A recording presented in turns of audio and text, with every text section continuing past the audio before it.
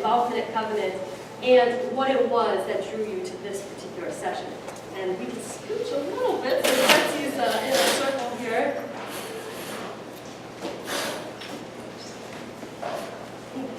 Betsy, could we start with you and then we'll move to Trudy? Okay. I'm Betsy Rose, and I've been a member here for many years. My husband and I, Tim will be here shortly, have raised 2 daughters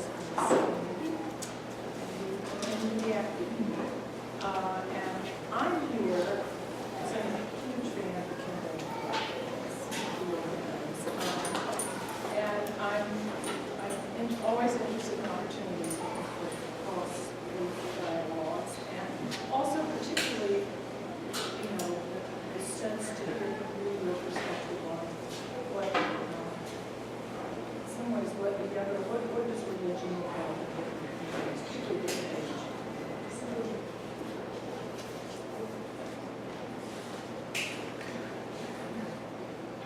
I'm Ed James.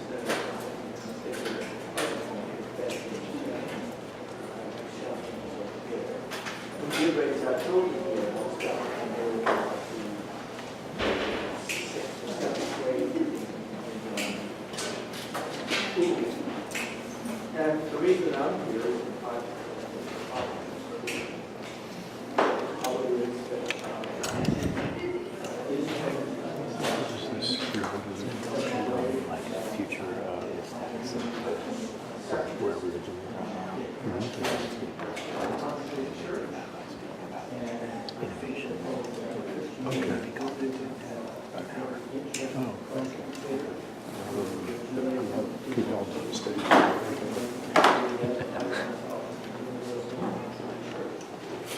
which I think can stand a literal interpretation, but by the same token, I think should be continued in a way that is inviting to Islam, to atheists, to other traditions, to secularism.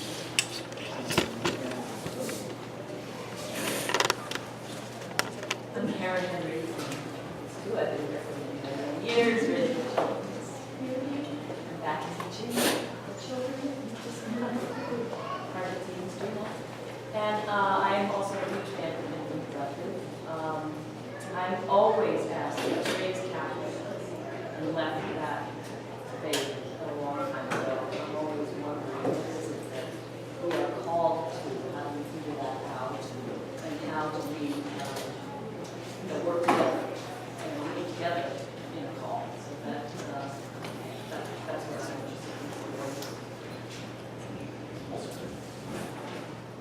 I'm Kate Carlson, and I'm not in the church of one of those people now, but I'm talking about after a while. You're not that old.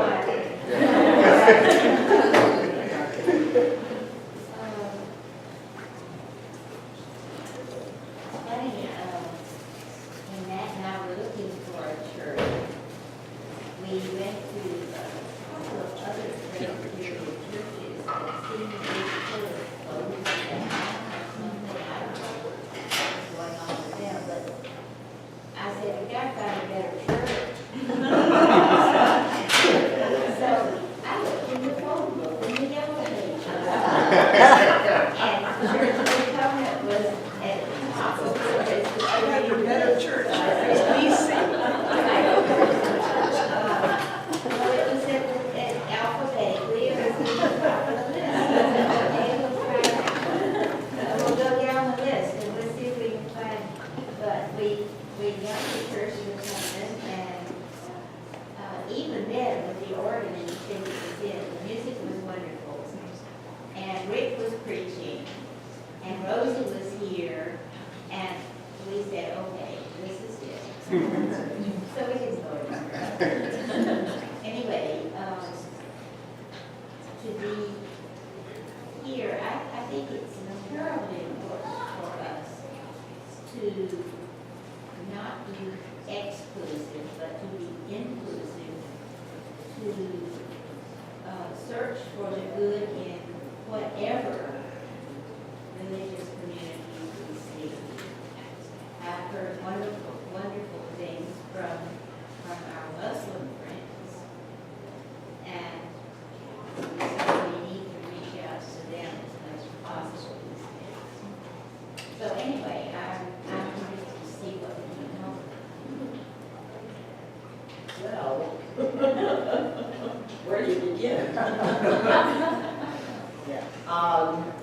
I came at the behest of a couple who come here. Could you join us at our church? And that was 7 years ago. And I have been coming here for 7 years. I may not get to the synagogue every Friday, but I'm getting here every Friday. I'm part of both. I appreciate both. I come here primarily it began because of community and what it gives me. I didn't care about, it didn't matter who I prayed to. I prayed to everyone. And that wasn't the important thing. The important thing is what do you find in a community that you go to that really makes things different. So on Friday, I still attend the synagogue. On Sunday morning, I come here. Whether, it doesn't matter if my friends come. I stand alone. And this time I'm here because my daughter came for the week, and I said to her, do you know anything about this? And she said, oh God, you gotta go see it. You gotta go see it. I said, why? And she said, because it's important. Because she is in Warsaw, Poland, and she is in charge of taking people around to various places that were part of the Second World War. And she said, well, I would, anyway, I'm here. And it's a community that has brought me here, and the community that keeps me in the Jewish and the synagogue also. It's who the people are and how they influence me. Hello, my name is Gordon Creed. I've been a part of this community for a long, long time. Everybody in here. My wife and I raised 2 kids here, and my son and Maniac, and expressed well, I acted in GBIO and in the collective. I got started as a community organizer with GDI. Back in 2006, the Universal Healthcare Campaign. I wasn't I was in the back row, but that's what turned me on to becoming a rabbi.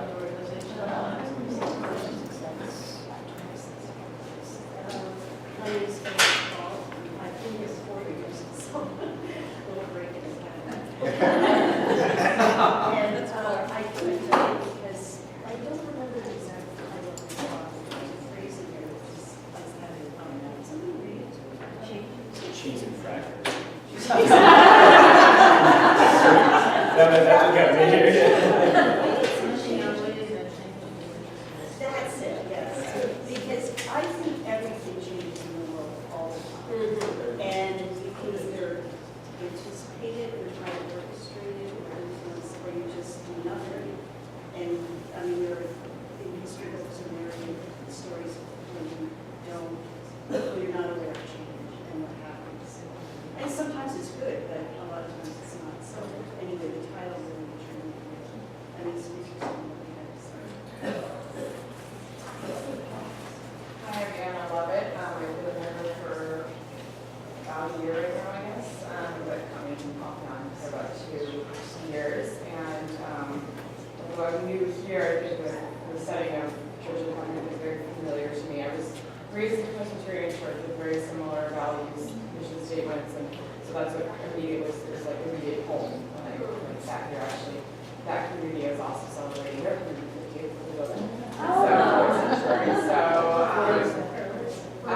and this topic of conversation is something that actually just personally fascinates me in life. I think even though I've remained in similar settings faith-wise, I would say community-wise, I think my personal dialogue and conversation with myself about my own faith is constantly kind of revolving around my relationships and the things that are new in the world. I work in international education and exchange, and that brings people of very different beliefs and perspectives together. And as much as all of us, even as much as our religions are different or changing, I think there's this common thread of humanity, which is a fascinating line of that conversation. So really hear what everybody else has to say and as the conversation goes.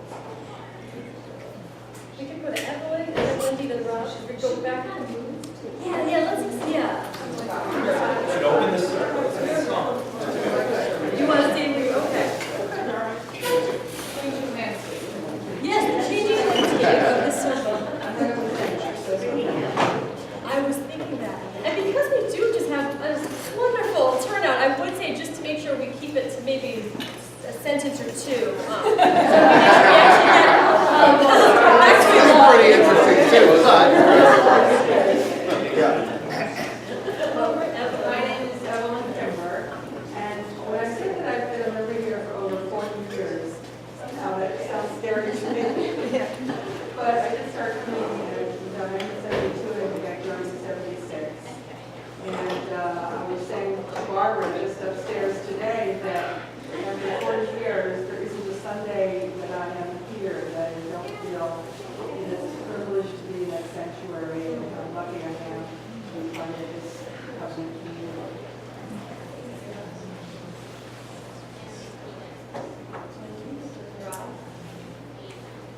I come from a background, and there are lots of things that are different in that way. And I came here, brought here, my neighbors and I, from the church, and I was so taken with the by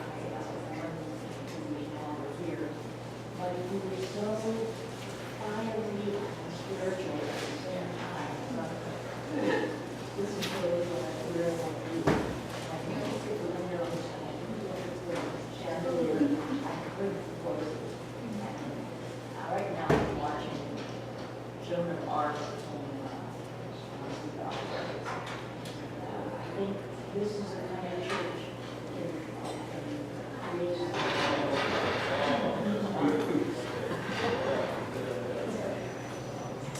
I'm Rob Mark, and I get to serve as one of the pastors with Julie here, and I love maps, so I'm loving the landscape discussion around where we're at. So thank you for being here. Dennis? My name's Dennis McCullough, and I'm a fairly new member here, joined in 2017. But I've been attending church here since 2015 when I moved here to Boston from all places from Thailand. And what really made me continue to come back here at the beginning when I first came in was really the openness that everyone had here, open-mindedness and very progressive in thought.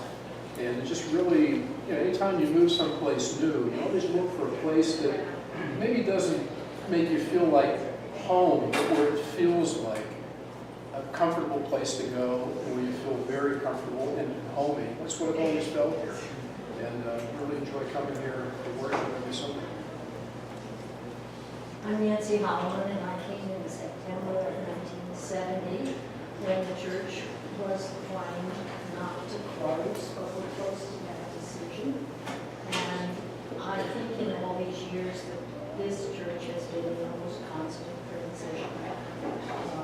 And sometimes that means you just hate something you've given up, so you hate giving up something that you like, so that something else can happen. Because it would never be enough congregation so that everything can happen. But it's, one of the words is family. My name is Angela Kettle. This is my second Sunday here. You're still here. I came back.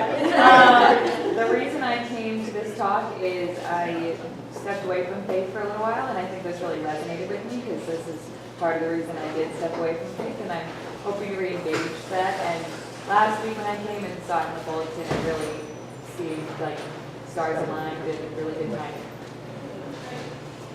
I'm Barbara Darling, and I've been coming here a long time. And I am a big fan of the Kinley Collective, and I teach college students, and I get a sense firsthand from them how different their religious landscape is than mine was when I was there. So.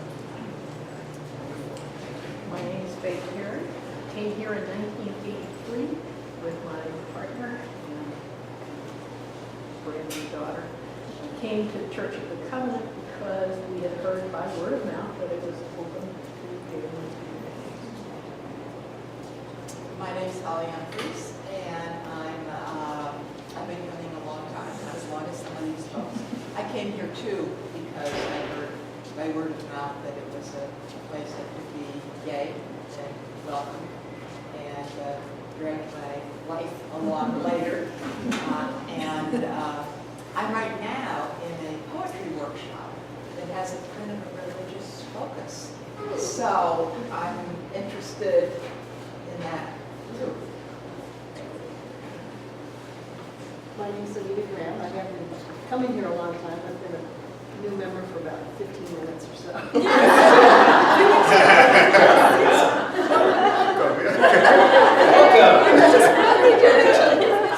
That's another whole story. But I think one of the reasons that I've stayed around and what interests me about this is GBIO has been very, very active in it. And I'm very interested in how people navigate differences and changes in how they feel themselves. That's why So my name is Tim Groves, and maybe I don't want to repeat anything my wife said because I came after that, but we came here in the mid-70s, and one of the things that it took us 8 years to decide to join the church, partly because, well, a lot because we didn't particularly want to join a club. And we were worried this might be, okay, now you've come inside the borders, now everybody else is outside the wall. And we became convinced that it wasn't going to feel like that, and it doesn't. So I can still say what I don't believe and what I'm struggling with and how I'm trying to make meaning.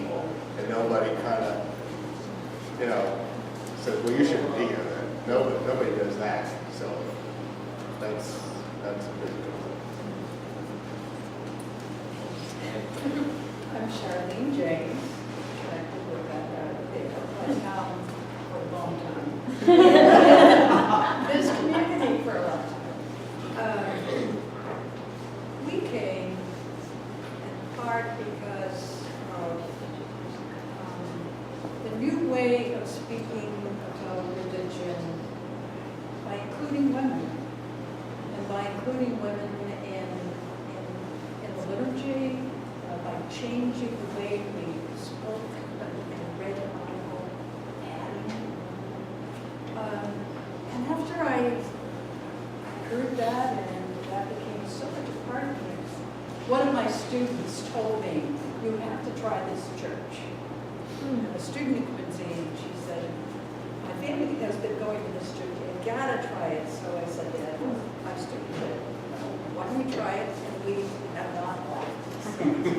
So that was important to me, and the arts and religion can collect, of course, but just for my own self. I never thought I would know as much about the stained glass windows upstairs and what the significance is and what the meaning is of the windows and what those people wanted to say and what the pastor wanted to say. And it is inclusive. That art is inclusive. And so I was like, oh, look, I can see it here, I can look there. I can be in this community. It is so inclusive. And that's why I'm still Trudy. Okay, yeah, last month, Trudy Bellman, coming here since the 80s. Walked into the church and just felt the community, and that's still something that brings me back. I love it that you have multi-generations. Even though now I'm part of an older generation, and when I walked in, I love the interaction now with the younger people, the same way I liked it with the older people when I was younger. I feel like, and now I feel like, yeah, maybe church needs to be done in a different way. Things are changing. Not everybody, comes on a Sunday morning. So how are we going to respond to those changes? And I think this is one part of that conversation. Thank you so much, everyone. And the one thing I wanted to just add in is that hearing what everyone said really just emphasized what an important conversation this is, and that next week we do have a part 2 to this conversation. And Rabbi Ilan will not be able to be with us that day, but that throughout this week, do keep thinking about this, and what are your questions, and what did it bring up, and to know that we have that opportunity to continue the conversation next week. and then beyond. So just ending with that word. So well, I will turn it to you. That's great. Let me just say this, just from the notes that I jotted down from the wisdom that you just shared, and the stories and the insight and the experiences, there may not be all that many revelations from what I have to say, because maybe church needs to be done in a different way. Thank you, Drew. Right? That constantly giving up something you love to create something new, as Nancy said. And this is a church that has been in constant transition. These are just different ways of saying exactly what I'm about to say. So I'm going to do one thing. I'm going to say this. If you just want to leave early, let me give you the Cliff's Notes of what I'm going to say. The Cliff's Notes of what I'm going to say is that Church of the Covenant is a really special place.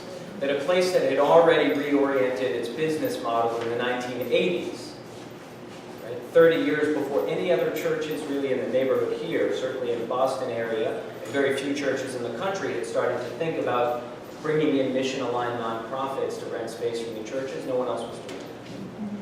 So you've already got a 30-year track record. You probably have a 150-year track record, being a little bit ahead of the game. Maybe in this, when we talk about Kindling Collective, way ahead. So that's a little bit about what I want to say. The other thing is that, as Robert, I haven't had an opportunity to get to know you, but what I can say is that when you have a leader who is as courageous, visionary, humble, thoughtful, and entrepreneurial as someone like Julie, you don't need to stay up at night worrying about the future of the church.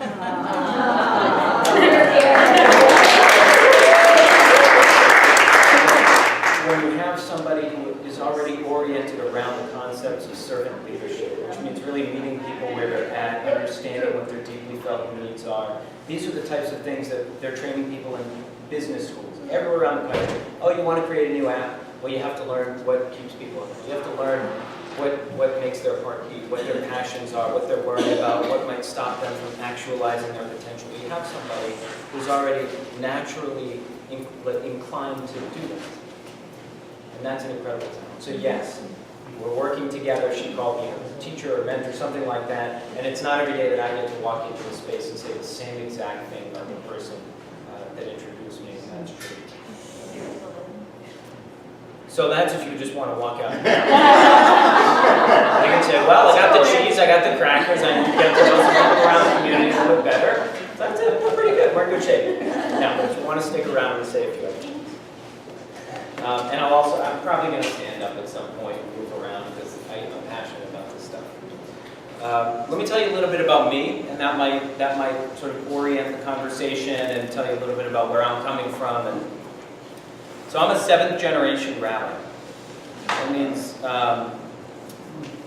that I probably, being a rabbi was probably the last thing on my list of things that I wanted to become. Starting at a very young age. What do you want to be when you grow up? Anything. Astronaut. I'll be a coach. I'll be anything. And then it turned out that the calling comes at the funny times. I felt calling.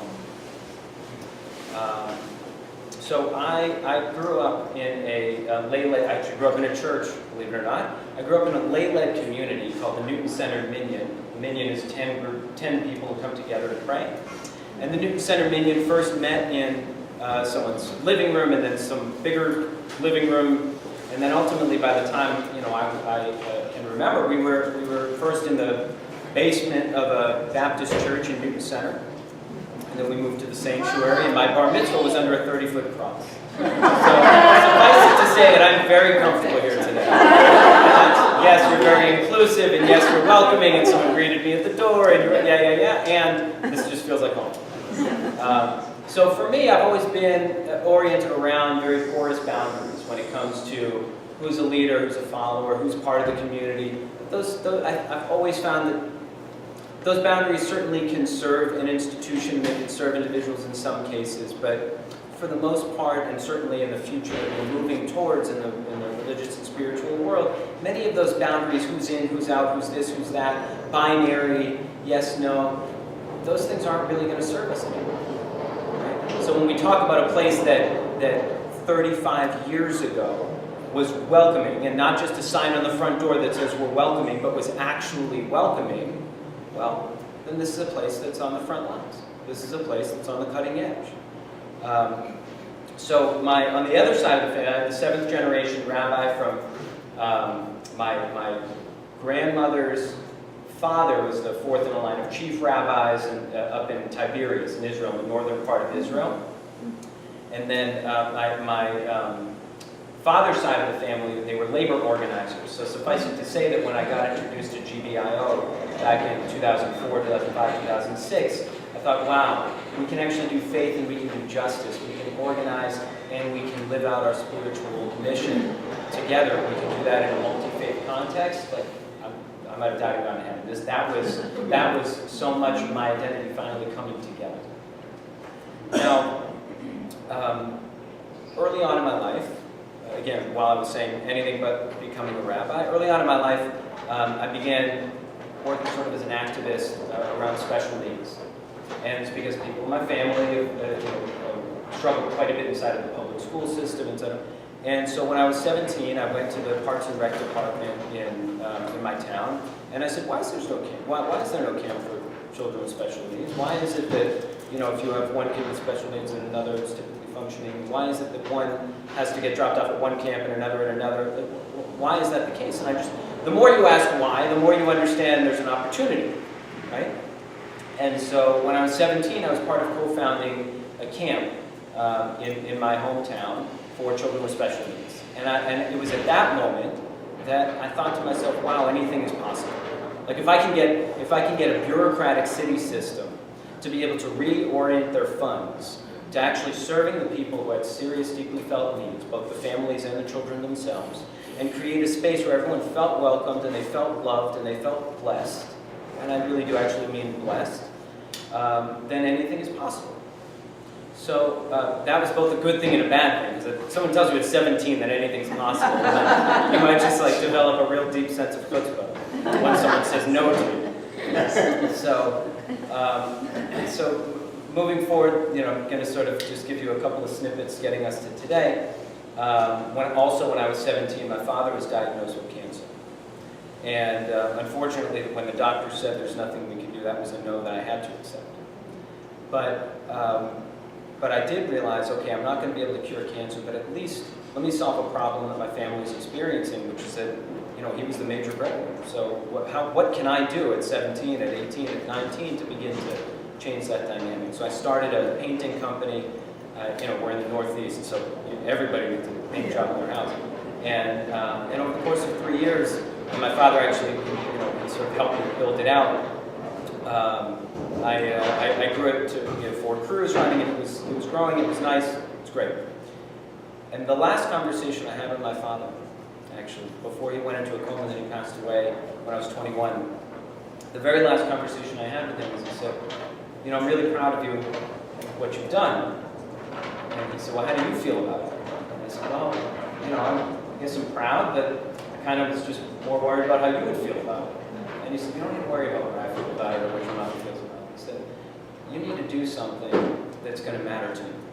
He said, since day one, what we've always taught you is that our mission in life is to leave this world a little bit better than the way it was when we got here. And you might be able to do that in this capacity, and maybe this is a passion for you, and go, build it. But if it's not, life's too short. And that was the last conversation I had with my father.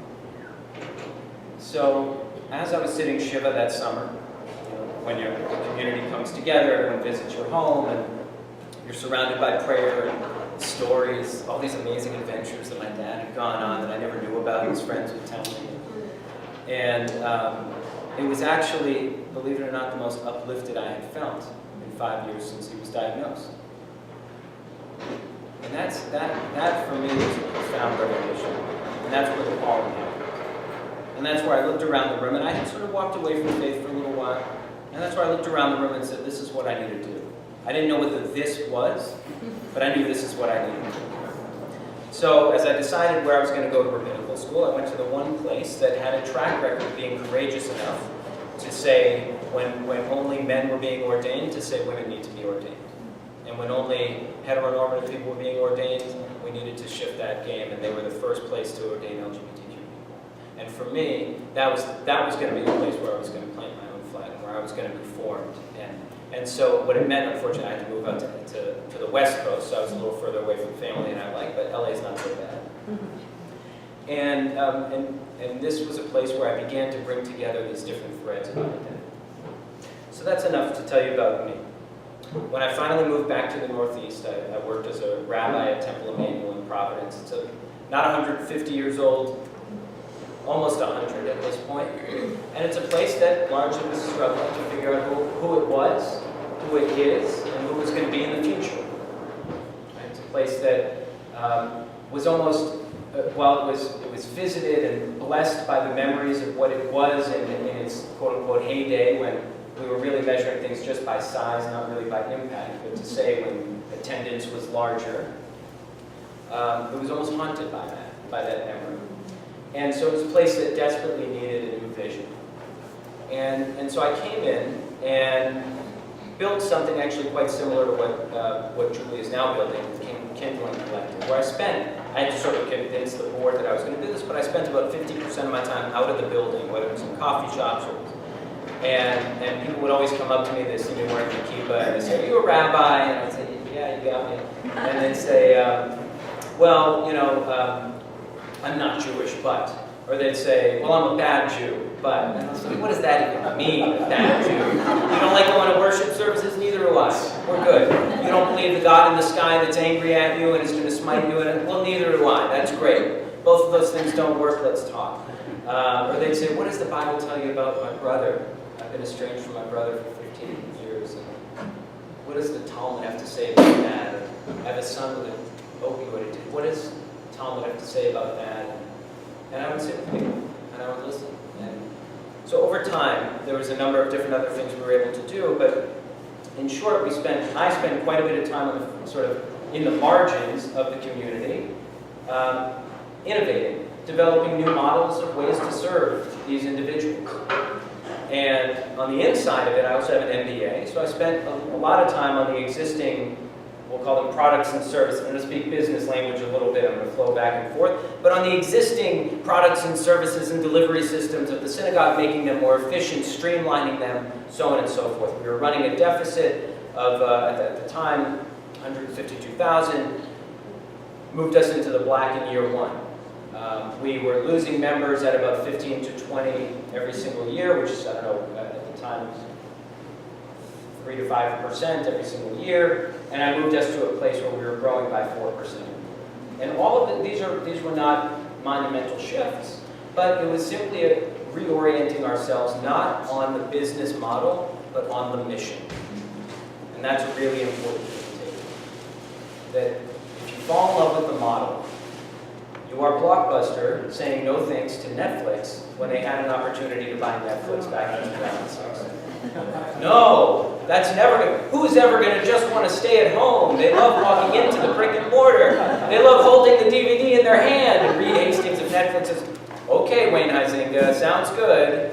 Right? And by the way, Blockbuster's not out of business. There are still 10 Blockbusters in northern Alaska. If you do want to hold it, if you really believe that that is the case, you need to hold the DVD. You still can, but you need to take 2 planes and several buses and maybe a dog sled to get there because they don't have internet. It's so far out that there are 10 Blockbusters in northern Alaska. So, the point being, if you fall in love with the model, you end up losing touch with the mission. So I want to talk a little bit about some things that are happening in the business world. That's why I brought up this. If you look at the Forbes 500 list of the top companies, the major, I think the threshold is 5 million and up, from pre-1980. I want you to guess what percentage of them are out of business. I want you to guess. Let's go. What percentage of those companies are now out of business? The ones that from pre-1980. Okay. Keep going. Keep going up. 80%. 80% of the largest companies in the country that existed pre-1980 are now out of business. And in the next 4 years, by 2021, another 17% are going to go out of business. Which means that by 2021, 3% of the companies in America that were running the show pre-1980 will be out, only 3% will still be in business. And not one of them is still a major competitor. So what does that tell you is happening? When we talk about a changing landscape in the for-profit world, this is a seismic shift. This is a seismic shift. Legacy institutions, legacy companies that have been around for that long, and what happened is they fell in love with the business model. So the products and services ossified. They became so connected to what it is that we've always done, with an assumption that people are always going to want those things. But the way what's happening in the world right now is such major sociological shifts, demographic shifts, economic shifts in America, that those organizations who don't have an ear to the ground, who aren't actually listening, and aren't actually focused on serving existing members today, not the members from 30 years, not the products and services from 30 years ago, but who are we today and who are we going to be tomorrow?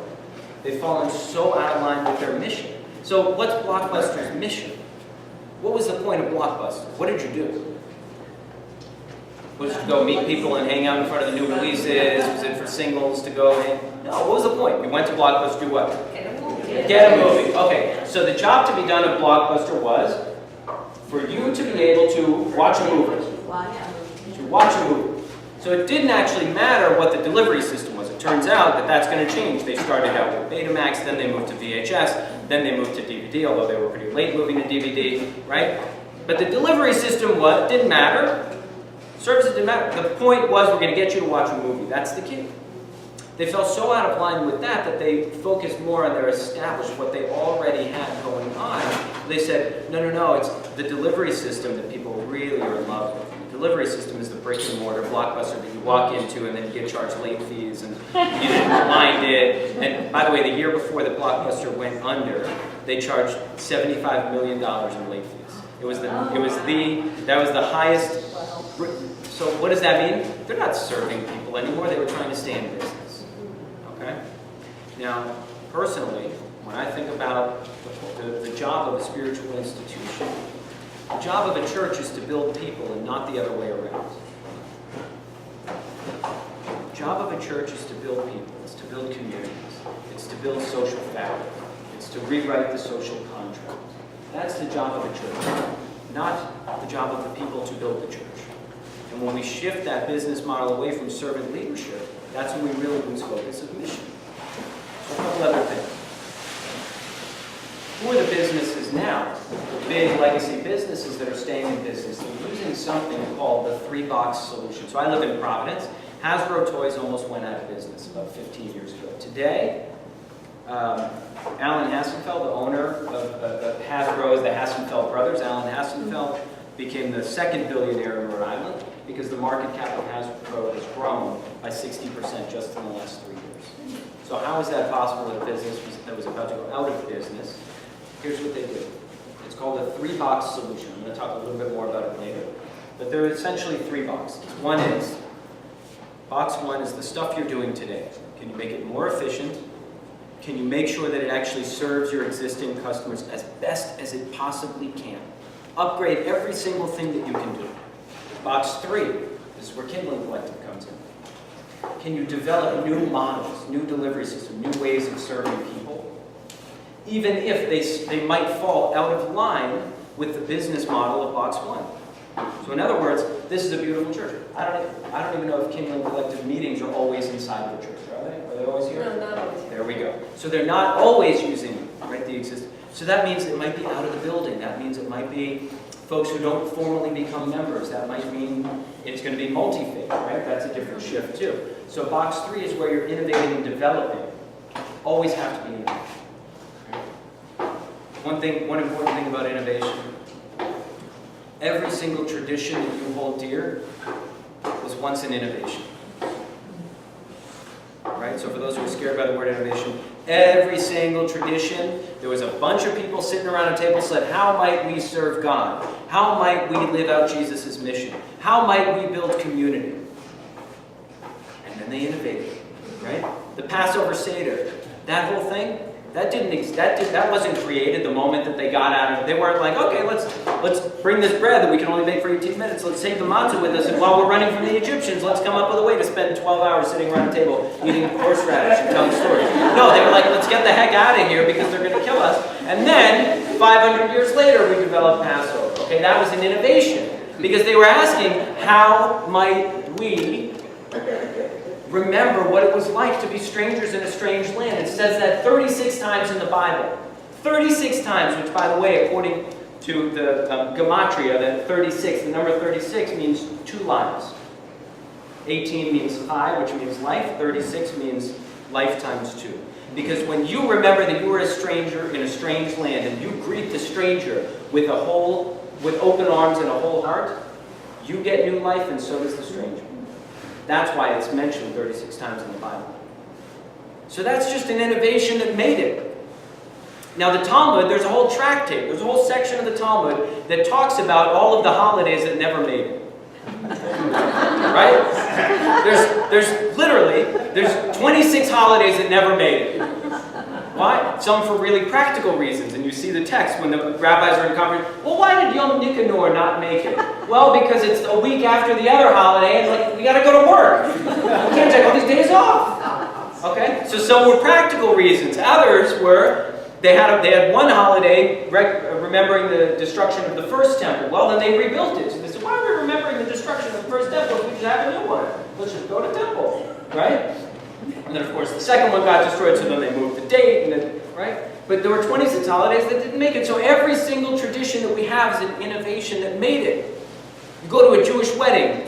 What do they do at the very end, before they kiss? They step on the glass, right? Well, in the year 400, in the Persian communities, all the congregants went to the rabbis and then said, you know, in all the Persian communities, they're breaking the glass at the end, and we think it's so beautiful. And the rabbi said, we'll never do that. It's not a Jewish thing. And, and then they said, well, then you're not going to marry us anymore. And they said, on second thought, actually, that breaking the glass is so beautiful. So then they ascribed 50 different meanings to the breaking of the glass. You can't find a rabbi who can actually tell you why it is that we break the glass.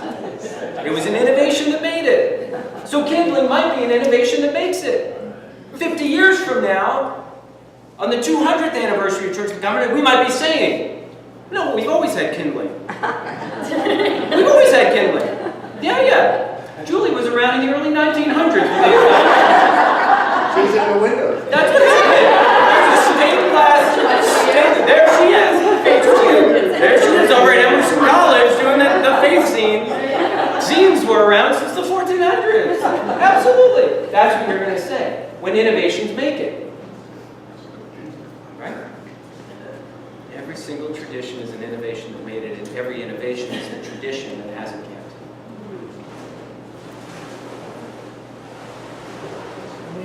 Box 2. Box 2. What are the products and services that we are offering today that are no longer serving the mission of Box 1? And this is the hardest part. I have worked with hundreds of organizations in my capacity, hundreds of organizations that are so good at it. They will streamline everything, Box 1. They will innovate like there's no tomorrow. But they can't let go of it.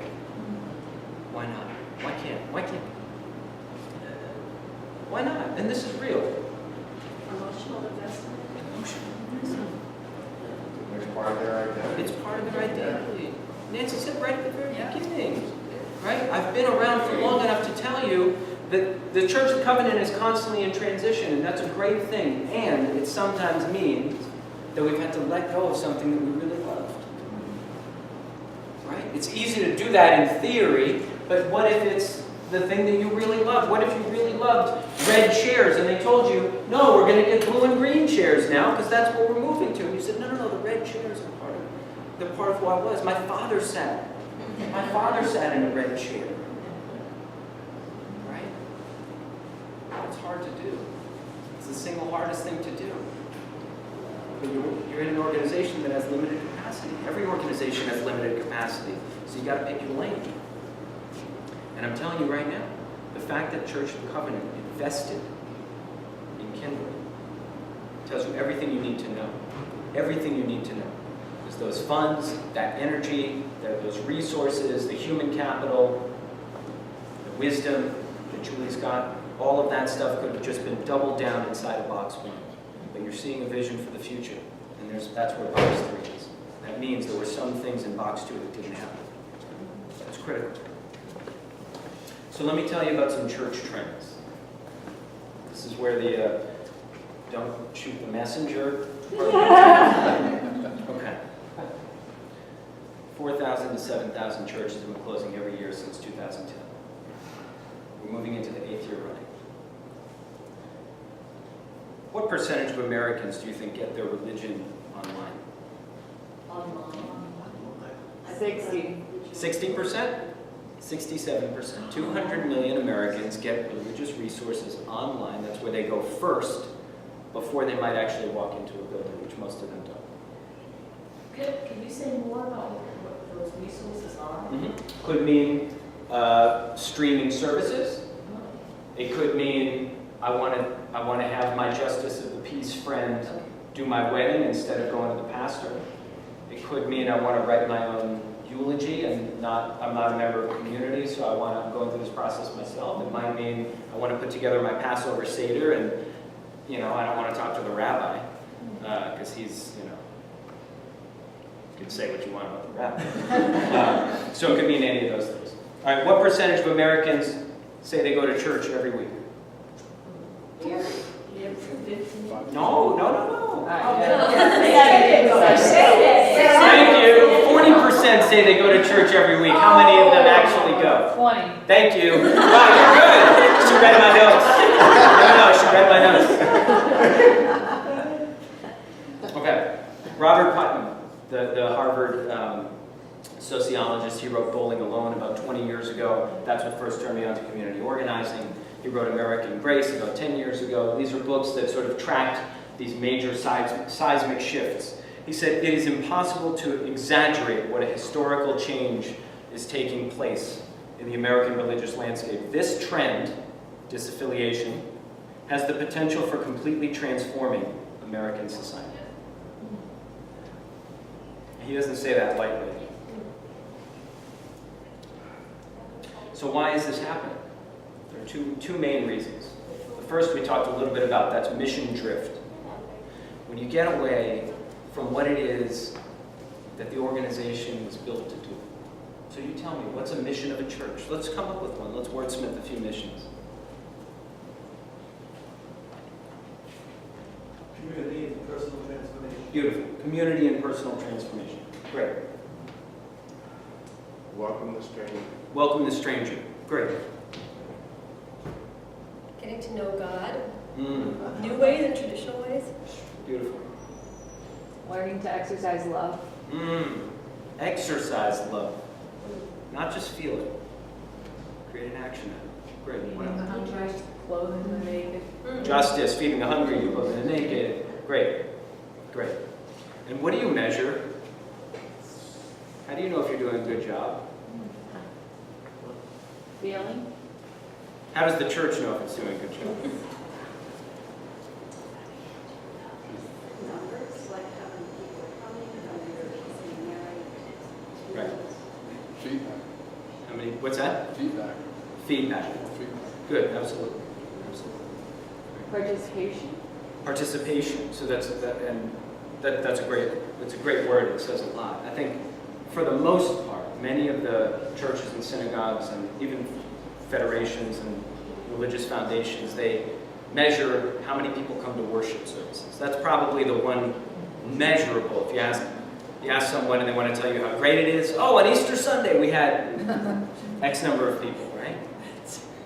I didn't hear one person say the mission of the church is to get people to attend services, right? So this is actually really important, that we get away from our mission because we convince ourselves of a certain metric that doesn't actually tell the story of our mission, doesn't actually measure our mission.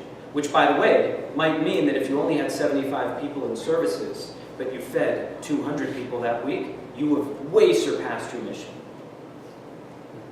If 100 people have felt and exercised real inclusive love, then you have way surpassed your mission. But if we promise transformation and we're only measuring attendance, then we're in the entertainment industry. Right? So one of the things that can keep organizations from that mission drift is, one, to go back to the mission, and two, to make sure that every single thing you're doing, you are measuring the impact along the lines of that mission. That way you can hold yourself accountable. So I will give you an example of an organization that did that. The Church Building and Loan Fund of the United Church of Christ. I work closely with them. So the Church Building and Loan Fund of the United Church, I can't tell you how many millions of dollars or close to billions, but a lot of money in an endowment. And guess what the job of a church building and loan fund is to do? To loan money for church building. Boom! Great. You read my notes too. And Julie read my notes. No, I have my eyes on you. I have my eyes on you, watching you. All right. Right? So the Church Building and Loan Fund, you guessed it, that's the job. And they saw how many churches are closing every single year. And they said, why would we possibly throw good money after that? And there are so many underutilized churches that if we want to plant churches, let's use the existing buildings rather than starting from scratch. Very simple. So they reoriented their mission and they asked themselves, why are we here in the first place? What's the job of a church? What was the mission at UCC? To tell people that God is still speaking, to make sure that communities are inclusive, to make sure that we're on the cutting edge and we're serving the margins, the frontiers, the centers, and that the Big Tent actually does welcome people from all walks of life. So they reoriented that entire mission based on what they really believed. Scripture had told them to do, what they really believed Jesus would have wanted them to do, and what they believed they needed to do given the context of American religion today. They're no longer investing in churches. They're done. They're training spiritual entrepreneurs who are eradicating poverty and creating social equity in the world. That is a reorientation of mission. And when you feel like you're at the crossroads, actually my organization, CLAW, was founded by Elie Wiesel, blessed memory, and a rabbi named Yitz Greenberg. And they argued that we were at a crossroads. In Judaism, we had about 2,000 years of biblical Judaism where we served in the temple, and that's how we were oriented. About 2,000 years of rabbinic Judaism, and then things are changing now. And they said, when you feel like you are at that crossroads, you have to pick your path and go all in. And that's what they did. Right? That's an example of someone, of an organization aware of their own mission drift and then trying to realign themselves back with the mission. The second major reason for the sort of transformative seismic changes happening in American religion today is fluidity of identity. Fluidity of identity. So I'll tell you what that means. For a long time, and I'm going to speak just from the Jewish perspective for a little while. In the Jewish world, about 80% of the funds, philanthropic funds, foundation funds, donor-advised funds, are directed towards programs and organizations whose job it is to sort of help people become more Jewish. For lack of really better terms, what does that mean? More engaged with Jewish identity, maybe doing more Jewish stuff, maybe being more Jewish, learning more Jewish, so on and so forth. So that's great, right? But here's the problem. Not one Jewish person in America wakes up in the morning and says, I'm not Jewish enough. Okay? That doesn't exist. That doesn't exist. Jerry doesn't. We know that. Jerry's not worried about that. She wake up today and said, I'm not Jewish enough. I should go to church. Okay, so we know that people aren't waking up with that problem. So why is it that all of these resources are getting channeled to solving a problem that doesn't exist? I'll tell you a story. About 3 years ago, I have a 2-year-old and a 5-year-old. And about 3 years ago, I was out to brunch. It was Sunday brunch with my wife and our son, who was 2.5 at the time, Micah. It's named after my father, actually. And we're at brunch, and we're ordering, we're sitting, it's by the waterside in Warren, Rhode Island. It's a beautiful place. And this guy pulls in a Bentley convertible, the top down, $250,000 car. I looked it up afterwards. I was like, I thought Rhode Island was broke. Who is this guy? He must have like Massachusetts place. So he pulls in, and my son, he says, Abba. I said, yeah, it means father. He says, Abba, that poor man. I said, what do you mean? said, that poor man only has half a car.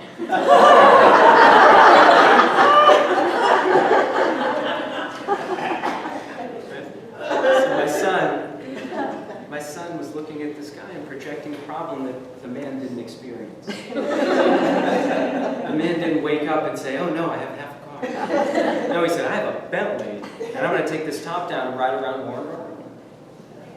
So for religious organizations to look at people and assume that they have a problem like, I'm not Christian enough, I'm not Catholic enough, I'm not Jewish enough, I'm not Muslim, when people themselves don't experience that, that's not just bad business, it's bad faith. So why is it that that's not a problem to solve anymore? Because identity has gone from being an end to a means. It's gone from being an end to a means. And that means that the religion that we teach, the spirituality that we teach, if we can convey it in such a way that it is experienced and received as a set of tools and practices and wisdoms that can help you live a better life, that can help you flourish, that can help you be a better spouse, father, son, lover, parent, grandson, congregant, pastor, any of those things, then that's a functional wisdom. That's a wisdom that can help people whether they're sitting in church on a Sunday morning or whether they're stuck in traffic and trying to cultivate a sense of patience, or whether they're at a GBIO rally and they're really worried about the state of what's happening. If that's the type of wisdom that is a means, not an end, if that's the type of identity, the type of tools and lenses and practices and rituals, then people receive it with open arms. And we've seen this. I mean, I've seen this around the country. The churches and synagogues and mosques that are flourishing see their wisdom, their faith tradition, and all of the rituals and practices that come with it. They teach it in such a way that it can be experienced and received as a tool, not as an end. So it might be that someone wakes up in the morning and says, I haven't been a good husband. What might Jewish wisdom teach me about that? Or how can my community of people who are also trying to exercise a greater love help me along that path? Or I just lost my father and I'm sitting at home alone. How might my community teach me both to be less lonely and feel less lonely? Solving real problems that really exist in me. Now, with all of the mixing and bending and switching and blending of identities, I think it's important also to know that religious institutions depended on labels. Right? We depended on labels. Well, if I'm new to town and I want to be the new, Chabad rabbi in town, or I have a synagogue, I'm going to find the list of who are all the Jews in town. Now, here's the problem. 94% of Jews who were surveyed by the Pew Center, 94% said they're proud to be Jewish. 31% are affiliated with any Jewish organization. Which means that 63% are not interested in being found on that Jewish list. 63% are saying, yes, I am absolutely proud to be Jewish, and all of those things you're offering aren't working for me. With the removal of all of the labels, as people can, 30%, by the way, switch denominations within 10 years of becoming an adult at 18. 30%, across all religions. 30% switch denominations. This is a great one. On the 500-year anniversary of the Protestant Reformation, only 75% of people who checked off that they were a Protestant denomination knew what the word Protestant meant. They were even familiar that Protestant was a word. So these boxes that we've put people in, the labels that people have had, you got to imagine that the religious organizations who have for so often been able to depend on those identities as an opportunity, on those labels. It's like if you were to go into your home and open up your spice cabinet, right? And you needed cinnamon, what would you do? You'd probably look at the labels. You don't need like to be, Julia Childs for this one, right? You would look at the labels and you'd find the one that says cinnamon, right? But in this moment in which identities are so much more fluid than they used to be, and people don't step forward and say, I'm in this box, and I'm going to live in this box for the rest of my life. Say, well, sometimes I'm here, and sometimes I'm going to be here, and maybe this is the part of my identity that I'm going to be with today. today, and this is the one I'm going to do tomorrow. And this, you know what, and this is one that I'm exploring right now. And maybe it's going to help me live a better life, and maybe it's not, and then I'm out. Or maybe I'm going to go to services at synagogue on Friday night, and I'm going to church on Sunday. So what box do you check? Well, the answer is we don't know. So what happens is these organizations who are they're really trying still to serve folks based on identity. It's like they're opening up a spice cabinet and all the labels are up. So what would you do then? Thank you. It means, no, that's the right answer. The right answer is there's no wholesale solution to be able to solve the problem of identity for it. Means that every single spice, we need to walk up to that spice and understand its essence, and understand its power, understand all its nature, and every single thing about that spice, you need to deeply engage with it. So it turns out that the church of the future is going to be a lot smaller. The church of the future is going to be built on one-on-one relationships. The church of the future is going to be built just like GBIO was built. One-on-one relationships in which you ask people, what keeps you up at night, and how might I walk along that path with you? How might we carve out that journey together? Because we're never going to figure out we can't depend on those labels anymore. They've all changed. Everything is fluid. So what's the fastest growing religious group in America today? The nuns. It's the nuns. The rise of the nuns. N-O-N-E-S. Not the nuns, not N-U-N-S. There's not like a monastery. It's like, oh, how can I invest in monasteries? No religion. It means, and by the way, there are 56 options. There are 56 options for what religion are you on the Pew survey. And the fastest growing one is none. That means that when people are asked to put the contents of their soul and their spirit and the path that they've walked and their vision for the future and their hopes for their family and all of the actionable love that they have in their hearts, they are saying, it doesn't fit in a box. So what do we call them inside the religious world? We call them nuns, and we call them the unaffiliated. Nobody wakes up in the morning and says, oh, I'm unaffiliated, right? No, what it means is, no, I am some. I'm something. And today I might be this something, and tomorrow I might be that something, but I'm on a journey, and if you can't walk with me along that journey, I'm going to find someone else who will. Or I might end up lonely, and I don't want that. The rising generation of millennials, self-reported, is the most isolated generation of all time since we have begun taking service. Since the 1920s, the self-reported isolation metric for the 75 million rising millennials is higher than it has been in history in America. They're not nuns. They're not saying I'm nothing. They're saying, actually, it's really complicated. And I want you to engage and understand that, and I want you to walk with me. And I hope there's wisdom out there that can help serve me along that path, and I hope I can serve back that wisdom. I hope I can contribute to the bounty and the richness and the fabric of that religion and that community and that love.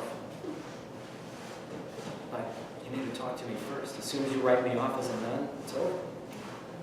So what's happening? By the way, since the 1990s, nuns have tripled. 38% of Americans 18 to 29. 38% are saying there's a lot here, but it doesn't fit in that box. So as religious organizations, we have a choice. If we can, I know I use all these food metaphors, but we're on lunch now, I'm sorry. Get cheese and crackers. We can imagine ourselves as the general manager at a restaurant. We're right on Newberry Street, so imagine you're one of those cafes. And you see somebody walk in, and come in through the front door, and you seat them at a table, and they pick up the menu, and they close the menu, and they get up and walk out. You can say one of two things. Well, I guess they weren't hungry. Which is what most organizations are saying. Well, they didn't come to worship services. They must not want to be loved. They must not feel lonely. Or you can say, I guess we don't have what they want on the menu. And those are the choices. So I want to close now with a little bit about the church of the future. Church is still the biggest business in America. Religion, at $1.5 trillion, is still the largest business in America, larger than all 10 of the top tech companies. We're so worried about what's happening in Silicon Valley, religion squashes those numbers. Right? Now it turns out they've got metrics that work, we don't. And it turns out they're making sure that every single one of their customers feels known. You sign into Amazon. Hey, Elon, how you doing? How'd you like that book? You know, you ordered those batteries. You might like these batteries. You sign into Facebook. Elon, don't forget your anniversary. You know, Elon, it's so-and-so's birthday. Elon, this is the news that we've curated because we actually know you better than you know yourself based on what you click.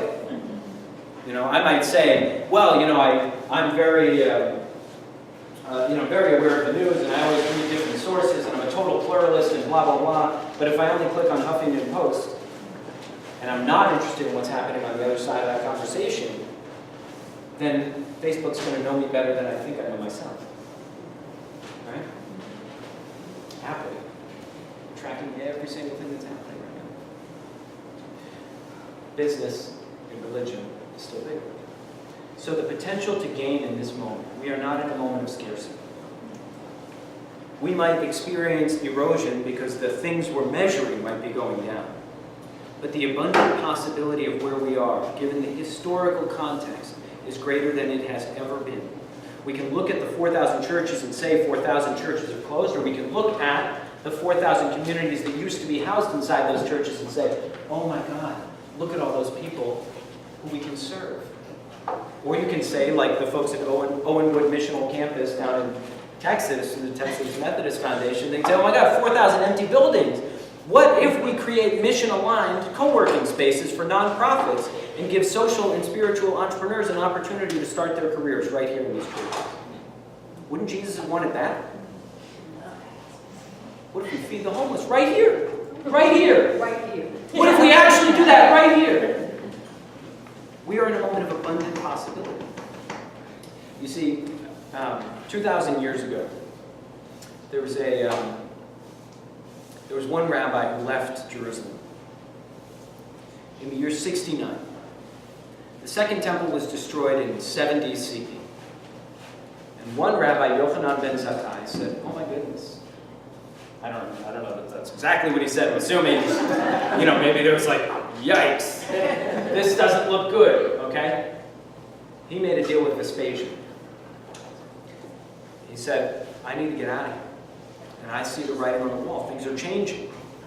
But I think that Judaism still has what to offer, even without the temple. Things change. So Vespasian said, all right, go. So Yochanan ben Zakkai went inside a coffin and snuck out of Jerusalem. And he took 5 of his favorite students with him. And he went down to a place called Yavne. And Yavne is near Tel Aviv, modern-day Tel Aviv. And in Yavne, they asked themselves, how might we rebuild a religion, rebuild a people, in which we can raise people up to be good neighbors, in which we can raise people up to be a mensch, it's a good soul, in which we can raise people up to do the kind thing and make the kind choice, in which we can raise people up to tithe and be generous with their time and their talent and their treasure, in which we can raise people up to serve God and serve one another, in which we can raise people up to be reminded 36 times in the Bible that when they were strangers in a strange land, so they better make sure that they are welcoming of anyone else who feels like a stranger. How might we do that? And they created something entirely, that was box 3 for Judaism.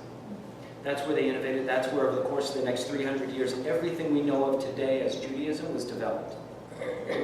We're in a moment of transition akin to that moment, which means that we don't need just one Yavne, and it can't just be for Judaism. It has to be that every single faith community, every single faith leader imagines themselves in light of that seismic shift.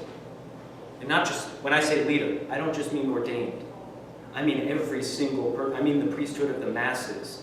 I mean every single person who throws their lot in and says, this is my community and this is my place and this is how I want to serve and that's my mission and this is how my love comes to fruition. Every single person needs to imagine themselves as if they're inside of Yavne right now and saying, how might I be a part of that service? How might I be a part of bringing Jesus' vision to life or God's vision to life? Or I don't care who you are filling in the blanks with. But every single person needs to imagine themselves as not just a bystander, but an upstander. And not just somebody who is watching things happen, but somebody who's making them happen. We're moving into a space and time in which Silicon Valley is worried about virtual reality, and everyone in this room needs to be concerned with virtuous reality. We need to imagine ourselves as the co-creators of a time in which that virtuous reality not only helps us live better lives in light of the way that our ancestors lived and the wisdom that they passed down to us and the traditions that they so generously left for us. But I heard many people around the room say, we moved here and we raised our kids in this church. Well, what's the wisdom that's going to serve them? And what's the wisdom that's going to serve their kids? It's going to look different, right? It's going to look different. My son listens to different music than I listen to, and I'm certain that the music from the mid-90s was the greatest music era of all time. It was terrible, but I loved it, okay? So our kids are always going to do something different, and it's always going to look different, and the worship's going to sound different, and the spaces are going to be different. And the delivery system, it's a zine. I didn't even know what a zine was until I met Julie. Are you kidding me? Right? The delivery systems are going to be different, but if the soul is there and the spirit is alive inside of it, then anything is possible. So when I left the synagogue, I left because I felt like we had tapped into a model that actually worked. It was an aging synagogue.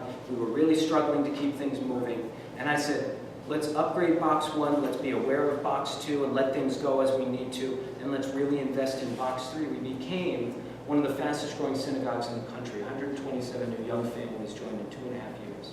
And I thought, this is wonderful. This is wonderful. Now, we still have a lot of work to do, okay? But when I chose to leave the synagogue, one of the main things I wanted to do was take that model and be able to serve other communities with that model. Right? I didn't invent it. It was just something I took. I'm like Robin Hood. I stole it from Harvard Business Review. And I applied it to the faith space, and it worked. Because I actually think in this moment, no matter how many times I went back to my board and they said scarcity, scarcity, erosion, erosion, what about replacing people in the pews? And I said, guys, abundance. That's where we're at right now. The last couple of things about the church of the future. The gathered church is going to be a part of the future, not the whole. There's going to be a lot happening outside of the building. There are going to be many that even grow without a building. Small gatherings are going to lead to deeper impact. If you can imagine 10 years ago, it's likely that you had phone, internet, and television from the same provider, right? Okay. So we're moving into a time of unbundling, in which it might be that people come here for services on Sundays and they go to synagogue on Friday night. And maybe they have their life cycle events at another place, and maybe they go to meditation at the Vedanta Society down the street, and maybe they're... But the unbundling is something that we need to be really aware of, which means that we have to have many, many, many points of access, and every one of those points of access needs to be just as welcoming with no judgment if you don't use all of the products and services. You know how many times Cox Cable calls me up and says, why don't you do the TV anymore? You know, I said, well, I don't want TV, right? I don't want TV, I just want my internet service, that's it, stop calling me. Why are you calling me, right? So we have to have no judgment whatsoever and no sales pitch whatsoever for all of the other parts of that bundle. And we have to understand that people might just come into it with one need, and that's it. And if we serve them with that need, that's great, we did the job. And the last thing, and this is why I'm so excited to be here this morning, is that those churches that choose mission over model are the ones that not only are surviving, but they're thriving. The ones that constantly go back to their mission and say, why was I put here on earth? Why does this community exist? Why does this building exist? When 150 years ago somebody laid those bricks, what did they hope was going to be said in the walls inside of this room in 2017? That's the question it has. The last thing I'll leave you with is I work with a synagogue that is 150 years old. And it's in Pittsburgh. Pittsburgh's a great city, but it's gone through its ups and downs. And this synagogue houses the Pittsburgh Platform. And the Pittsburgh Platform is like the constitution for the Reform movement. Okay? So the Reform movement was founded in the mid-1800s, and they wrote this constitution. They said, here's what we believe in, and this is how we're going to build communities from here on out. And they called us up a year and a half ago, and they said, I think it's time for Pittsburgh Platform 2.0. So they went back, and we guided them in a study session to actually imagine themselves as the writers of the Pittsburgh Platform. What was the context that they operated in? What were their hopes? What were their dreams? What kept them up at night? And what were they trying to build? Who were they trying to serve? And I said, if you were to write Pittsburgh Platform 2.0 and you were to sign your name at the bottom of it, 2017, what would it say? And we rewrote it. So this is a synagogue again that's allowing themselves, giving them the courage to re-adopt a mission that helps them serve both current constituents and the people who might come 150 years from now. So I'll close where I started, which is simply to say, you could have cut to the chase. You have an incredible community. You have a community that is forward-thinking. You have a community that is concerned with what's happening on the margins and on the frontiers and right at the heart of the community. You have a community that is in constant transition, which is both a blessing and sometimes it's a challenge, but it's always an opportunity. And you have the leadership here, without question, that can continue to take you through those iterations into the future where 50 years from now, 100 years from now, 150 years from now, they'll say, on that Sunday morning in 2017, when we dreamed up what might be possible, we realign ourselves in mission, and what we might build in light of that, that's where it all started. So I simply want to say thank you for letting me be here. Thank you for letting me tell you a little bit about my travels and a little bit about what I've learned and a little bit about some of the ideas that are roaming around in my head. And thank you for inspiring me. When you went around this morning, I honestly could have said, well, I'm not going to give a talk this morning because what you've said is enough wisdom for me to digest for a long time. This is a blessed institution. I'm grateful to it. Thank you.